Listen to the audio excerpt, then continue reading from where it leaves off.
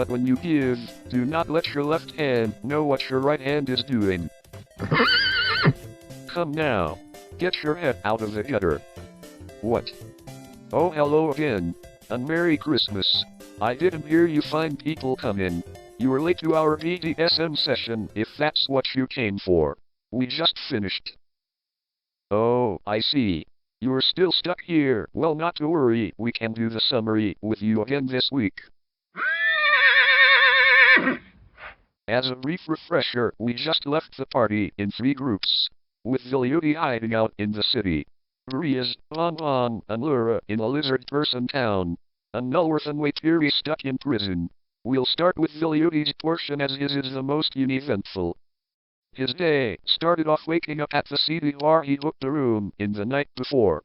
But he didn't have a good sleep due to a large amount of banging and moaning he heard throughout the night. He went downstairs to see the owner dealing with 2 guards who asked if he's seen a green dragonborn wearing Villiudi's old outfit. The owner denied that he's ever seen a green dragonborn in his whole life, that he's ever allowed people to sleep over in his establishment, or that he owns a brothel. And the guards state they didn't ask if his establishment was a brothel.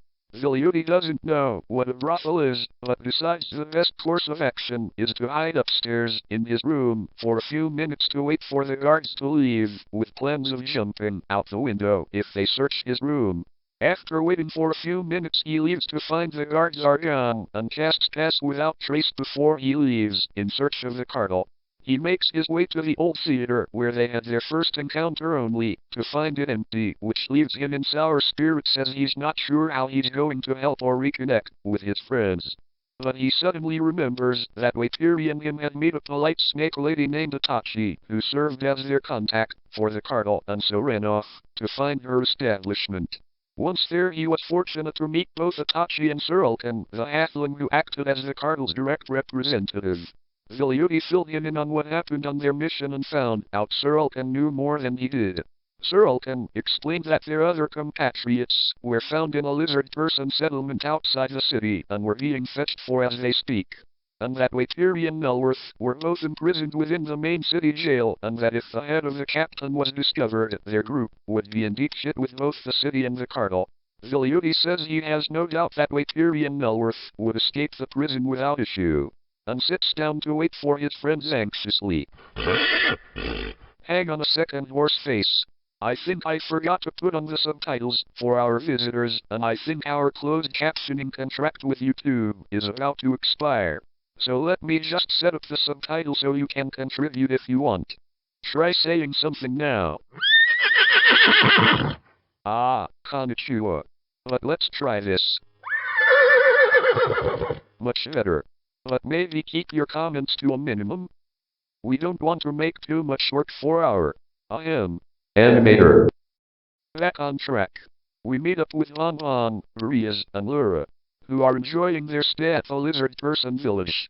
Whilst relaxing in town, they decide to head over to the local bar, where they get the stink eye from all the patrons and the bartender Sylvia, pronounced with 5 S's, who charges them a non-lizard person tax fee on all drinks they order. But luckily the price can be reduced if they're able to swipe their drinks from the poisonous scorpion guarding them. Maria's is able to overcome the scorpion through sheer constitutional resistance and grabs his drink through multiple stings. And Laura is able to befriend the scorpion through druidic magic and enjoys their company as they ride atop her shoulder. Sylvia says that wasn't what she was expecting, but she's impressed nonetheless, and the 3 of them begin some small talk, which ultimately leads them to talking about the Red Cap Cartel, whom Sylvia says is an all-lizard person gang, which confuses the party greatly. But thankfully they consider the abhorrent racism of the town, and assume that was a lie contrived by the cartel to more easily gain a foothold in their village. Don't speak too soon. Because while Laura and Maria's were getting drinks, Ulane was paying close attention to the bar patrons, and noticed a group of them sneak downstairs to a locked room. As she was feeling particularly nosy, she decided to spy on them, and while she wasn't able to open the door, she was able to hear their conversation on the other side was about the careful packing of Soma, the cartel's staple drug. She then returned to her friends at the bar, and after a brief word, convinced them to follow her downstairs, in hopes of talking to some of their potential co-cartel members. With a hop, skip, and whistle they were at the door. And while they didn't have a plan to get inside, they thought they'd give it a shot with a simple knock. And after pounding loud enough to wake the dead, they heard an annoyed response from inside asking what they wanted, and the three of them asked if they could come inside and help. The voices responded confusedly annoyed, and asked if they just expected them to welcome in a trio of freaks into a secret group in a small village in the middle of nowhere inside an exclusive all-lizard person community where all non-lizard people are shooed off or killed. And the party responded with a resounding yes, which was just enough to convince the lizardmen to welcome them inside their secret meeting. Don't worry about it. This is probably a misremembering of the actual events of the game, and in either case that's just what is written in the script.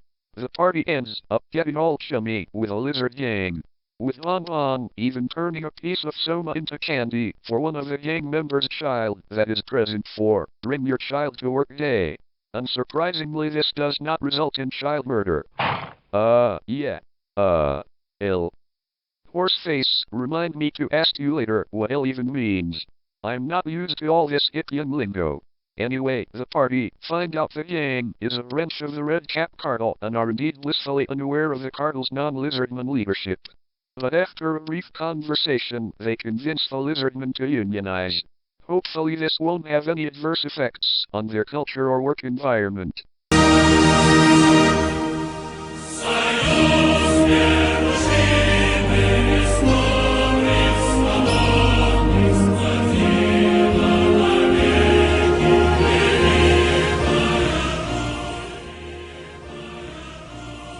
More curiously, they learn they are packing for distribution into the Rosa Empire, and the party are greatly worried at what that could mean for Rosa and the world at large. Around this time, officials from the Red Cap Cartel arrive and take Bon Bon, Marias, and Lura back to Ulane. And with their story out of the way, we now turn to the most exciting part of the session, the prison break with Nullworth and Waitiri. Over in prison, Nullworth and Waitiri were situated into separate holding cells overnight, with Waitiri still in possession of the captain's head, which thankfully had not been revealed to the guards, as she had been able to convince them it was the head of her deceased lover, and that to reveal it to them immediately would be disrespectful to the dead. But Waitiri knew this was only going to be successful for so long as the head guard had already offered some pushback at letting her sleep in a cell overnight with a dismembered head. More concerningly, Nullworth and Waitiri took note of a strange statue situated in their portion of the prison, which was decorated with a number of magical runes, and they both presumed it offered a form of magic suppression for their spells. But with not much else they could do, they went to bed for the night and slept over a plan. When they awoke the next day, they found the prison added 3 new inmates, in the form of a dwarven thug, a tiefling thief, and a rather chatty kobold who's convinced the dwarf is a gnome. And after having a brief conversation with him, Waitiri was convinced the dwarf and tiefling were agents of the Red Cap Cartel, which gives her a bit more confidence to make it out of prison, but without much of a plan. A bit later, the head guard comes back and demands to see the head. And worrying she wouldn't be able to talk her way out, Waitiri tried to charm him via subtle magic, in hopes it would override the statue's effect. But she felt its magic overpower her own, and cancelled her spell before any further effects happened. The guard still noticed the runes acting up, but thankfully Waitiri's subtle casting kept him from noticing any action on her part. Presumably out of a past history of problems, or otherwise racism, on part of the guard, he accusingly questioned the kobold on the source of the magic. And the kobold responded it was the gnome dwarf, outright admitting he had no evidence other than racism for gnomes. And the dwarf, in turn, said it was the kobold. Since the guard was unaware of the source of the magical disturbance, he asked Waitiri, and as she didn't want to lose one of her few allies in prison, she sided with the dwarf. The guard then promptly took the kobold to the next room over, and even before Waitiri heard the kobold's screams of agony, she couldn't help but feel in the pit of her stomach that she made the wrong choice in condemning him. Personally, I like to interpret this interaction as Waitiri very clearly having a heart, and perhaps just a slightly damaged moral compass. and that she doesn't care as much about only herself and material possession as she lets on. Which gives me hope she'll play a larger part in helping our heroes save the day. Ignoring that, and moving on. While the kobold was suffering correctional treatment, Nulworth received a message from the Cardinal, delivered by an adorable snake. It stated that if the head was discovered, the Cardinal would in no way guarantee their safety, and that their best course of action was to take the cyanide pill included in the message. After he finished reading, Nulworth noticed both the tiefling and dwarf received a similar message, which further cemented them as allies, and the severity of the situation.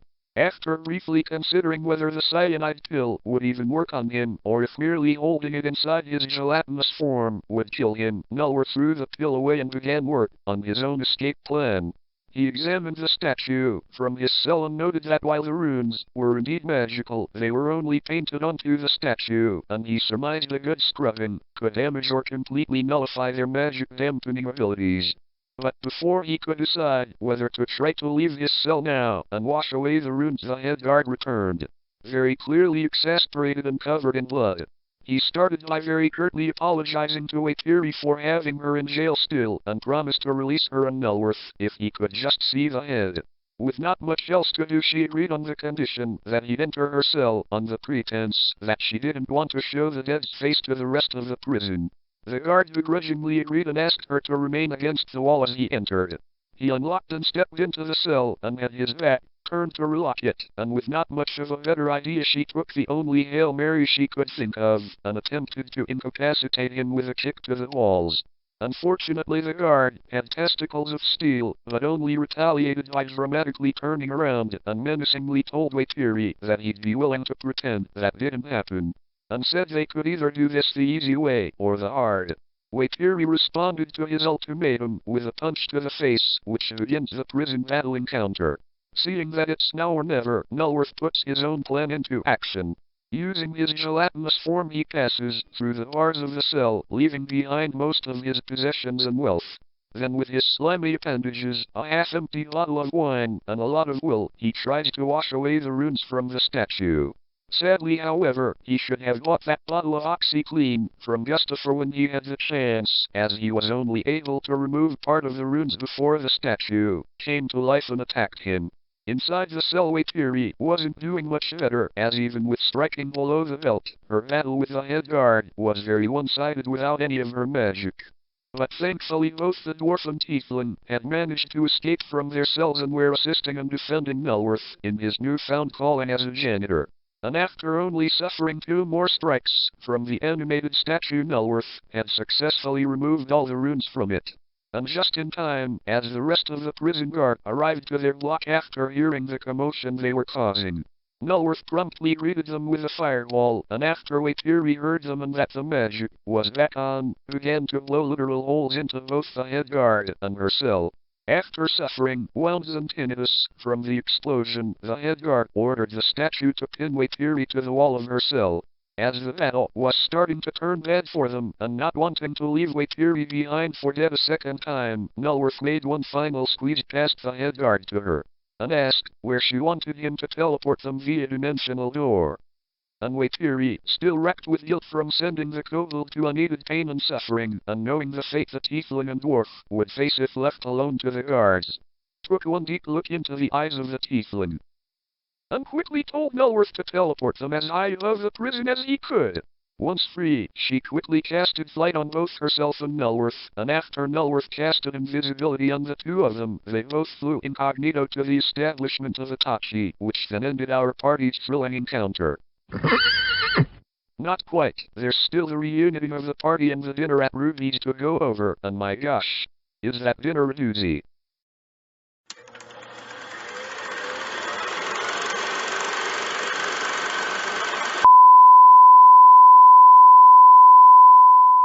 Oh hi everyone. We're adding this scene as part of the post-editing process. Yes, and Horseface is here too. Now originally we were going to include the dinner at Ruby's in this video, but just the audio was closed at 20 minutes long. So rather than bore you guys with a 30-minute episode, we'll split the dinner party into its own video. So keep an eye out for that. And if we don't see you before then, Happy New Year. Goodbye.